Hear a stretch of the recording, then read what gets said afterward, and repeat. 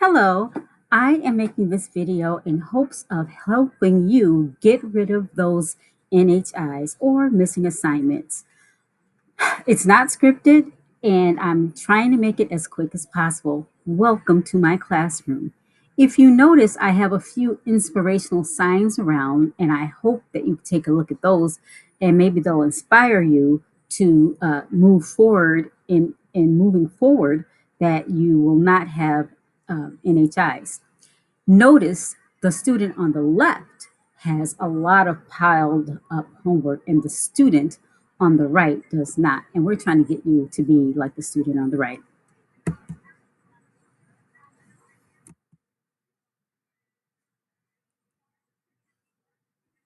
Okay. This is just a little saying that the one who falls and gets up is stronger than the one who never tried.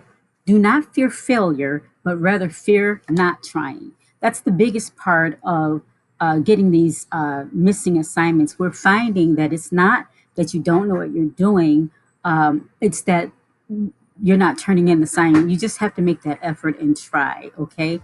The people that are just trying are the ones who are doing they're doing okay. You're getting it in, okay? I have put up some steps to help you get rid of those missing assignments. We're going to go through those steps. At the end, I am going to go through how to prevent getting those missing assignments. So let's go ahead and start out with how to get rid of those missing assignments. The first thing you want to do is you want to find out what assignments are missing. There's a way that you can independently find out what assignments are missing without asking your teacher. What assignments are missing? Everything that your teacher has assigned you is in your Google Classroom. So I'll show you what that looks like. You'll go into your Google Classroom, and in there, there's this area that says view your work. Okay, so you could click right there where it says view your work. And when you click that, this will pop up. This will show everything that's been assigned. Everything that's assigned means that it's not due yet. Everything that has this red missing indicates that it's past due and you are missing these assignments. So by looking at this, you could tell what assignments are missing. You could, if it's one class that you're missing assignments from, you could just work off that list. If you have a printer at home, you could just print off that list and work from that list your missing assignments. If you don't have a printer at home, or if you do not want to print it at home, then you want to go ahead and create a log for these assignments.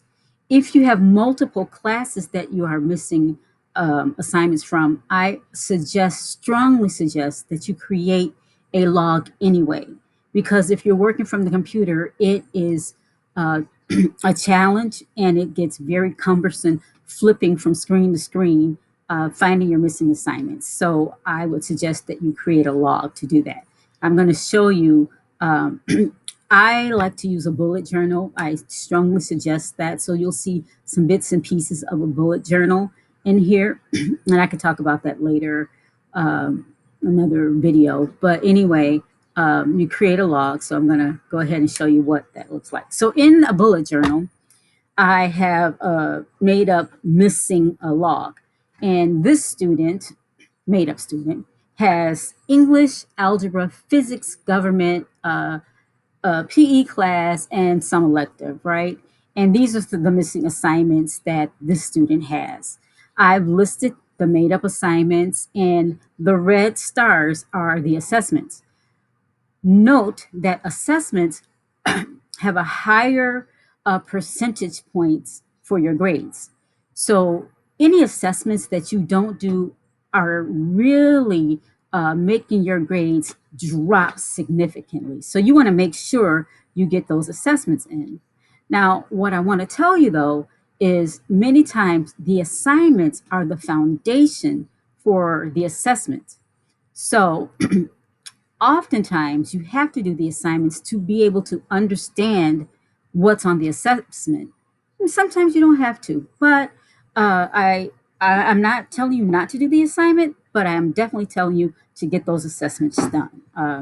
Some assessments are projects, and you might be able to get through those projects. Talk to your teacher about that, but definitely, you definitely want to get those assessments done because it could make a huge difference in your grade. Getting the assessments done. Okay. Uh, I think that you could color code these. So as you're going through your bullet journal or going through your work, if you color code your classes, then it would stand out everything that you're doing. Okay. Okay. Now, once you have created your log of your assignments, you can go ahead and create your plan. Okay. I also have track your assignments. Now, depending on how you work, you might flip these two around. Somebody might make the tracking first, and somebody might um, create your plan, flip it around. But I'm going to just show you how to do this. So you create your plan, and here is a sample of a plan, okay?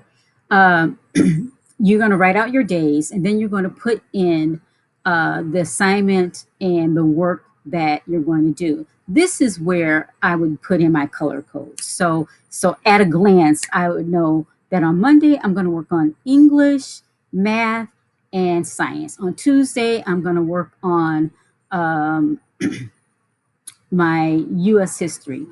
I do not like to work on Sunday, so I would not put Sunday. I would not include that on my plan. I'm just going to be honest with myself. And that's what you should do when you're creating the plan. Make sure that you're being honest with yourself.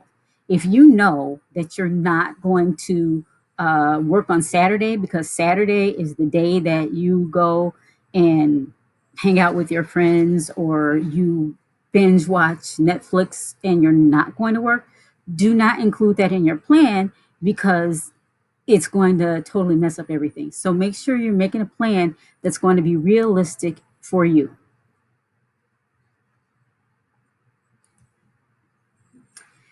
Once you've created your plan, you need something to hold you accountable to go back and say, I've created this plan. Now, am I following this plan? Okay. So you create something to track your progress. This is if you're doing it independently. Now, normally, you have like a teacher or a parent going over your shoulder saying, hey, did you do that? Did you do that? But you want to be able to be accountable for yourself. So you could create something to track your progress. So here is something in a bullet journal to track your progress. It's a real quick video showing you how to do that. Okay, really, you should estimate working about 9 hours a week doing your homework. But this person, I'm pretending that this person is really caught up. They don't really have that many missing assignments, and they do all their work in class. So they're giving themselves 6 hours a week.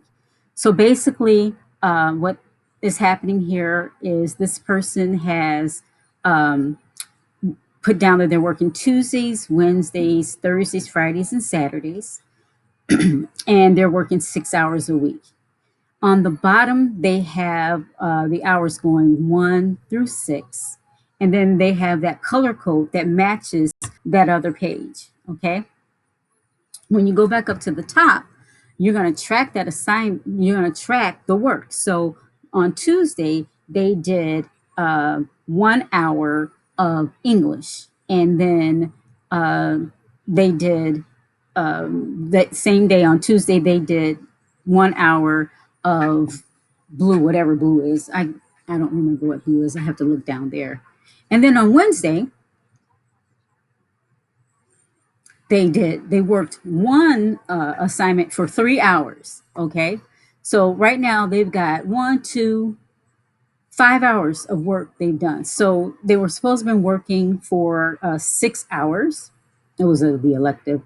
They were supposed to be working for 6 hours, and so far they've got 5 hours done. And so they are on track to uh, follow their plan. Okay, that's how you track your assignment. If you have any questions about that, uh, go ahead. But you do want to work more than 6 hours because it's 15 minutes per class usually, and you probably end about 9 hours. Okay, go ahead and go to the next one.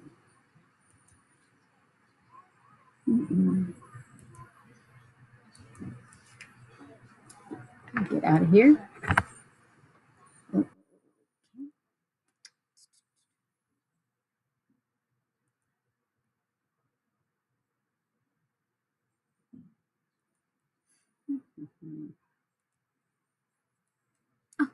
Let me go back.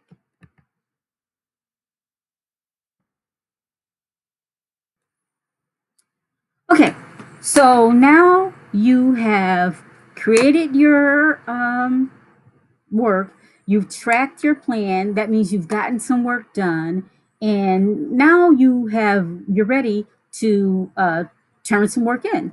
So you're going to turn some work in. You're going to go back to that list. You're going to cross off your list, and turn it into your teacher, and email your teacher and let your teacher know that you have turned in your work, so the teacher can know to go back into Google Classroom and take a look at your work and give you a grade.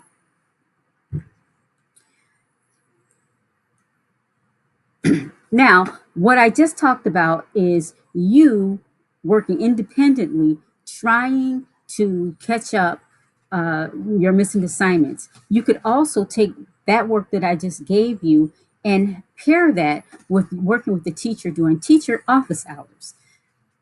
When you work with a teacher during teacher office hours, sometimes you are working with a teacher who is in class with you, so they know exactly what assignments are missing.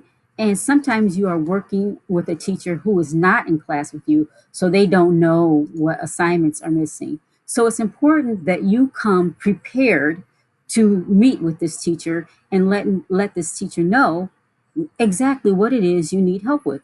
Coming and saying, I need help, I don't know what it is I need, um, the teacher can't help you because they don't know. So you want to be able to come and have some questions. You could use that journal that I was talking about to jot down some questions and be able to ask those questions. For example, you could be able to say, well, I understand that we're solving for the variable of x, and that we have to add a 6 to every side to get rid of that, but I'm not sure how to get rid of this fraction in this problem. Or I know I have to make a paragraph for this, but I just don't know how to come up with a thesis statement in the beginning.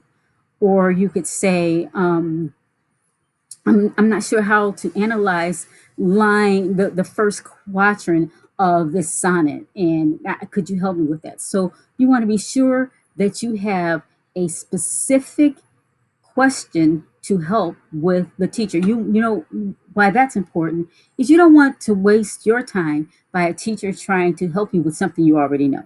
So you want to be prepared. So set up just like an office and say, this is something that I need help with, so that the time that you're spending with the teacher can be valuable time. Okay. Finally, we finally caught up with everything. And now I want to tell you about winning at remote learning. Let me mention this. While you are trying to catch up with your back work, you don't want to get behind with the current work. Most of the teachers give you an opportunity to complete your work while you're in class. So you want to do that while you're in class and then work on your behind work when you're out of class. So here are the things that you can do to win at remote learning. Set up a specific space that designated for you to be at school. So you can know that this area is where I start for school. Also, you can have individual notebooks and folders, just like you would when you go to school. And so you pull out your math for your math notes, and you want to make sure you have folders, because sometimes you'll be printing things out and putting it into the folders. If you're not printing anything out, then maybe you don't need a folder, but you want to have individual notebooks so that you can take notes, and you want to take notes for these classes. You want to be an active listener. What is an active listener? That means that you are writing your notes down, you're asking questions, you are answering questions, you are participating in the conversation that's going on in class. You are there to, so the teacher is not there to like entertain you, and you're not there like watching a movie. You're there to learn. And the only way that you can get something out of the class is what you put in the class. So if you're sitting there just waiting for the class to end, you're not going to get much out of it. So you got to make sure that you're putting something in. If you're a person that is, I'm a person that I need something to do. So I can't just sit and listen to somebody. I have to be doing something. So when I was in school, I would have to take notes. I would take notes, or sometimes I would doodle. If it's a class that's like an English class, sometimes you could draw pictures to interpret what's being said, or something. And that will help you be engaged in the class. The next thing is you want to follow directions. In grade school, they say follow directions quickly. That means when the teacher says, we are going to go to Google Classroom, open up this assignment and do this now. That's what you do. Go to Google Classroom, open up the assignment and begin to do it now. Don't wait, do it right away. That way, most of the time, you will not have to do any homework. Another thing I've noticed is many of the teachers will give you notes in class, and those notes can be used for an assessment. If you don't do the notes, then you're missing out on getting a good grade on an assessment because you failed to do the notes when the teacher said, open the assignment or take out your pen, and I'm going to have you write these notes down. So go ahead, follow directions, but follow directions quickly. Um, and that'll be a success. If you should finish early and you have missing work, start doing some of your missing work in class. The next thing is when you do your work, make sure that you're turning it in. Don't do part of it, or don't do that work and forget to turn it in. Make sure that you're turning it in. Also, last thing, not on here, but make sure if you have any questions at all.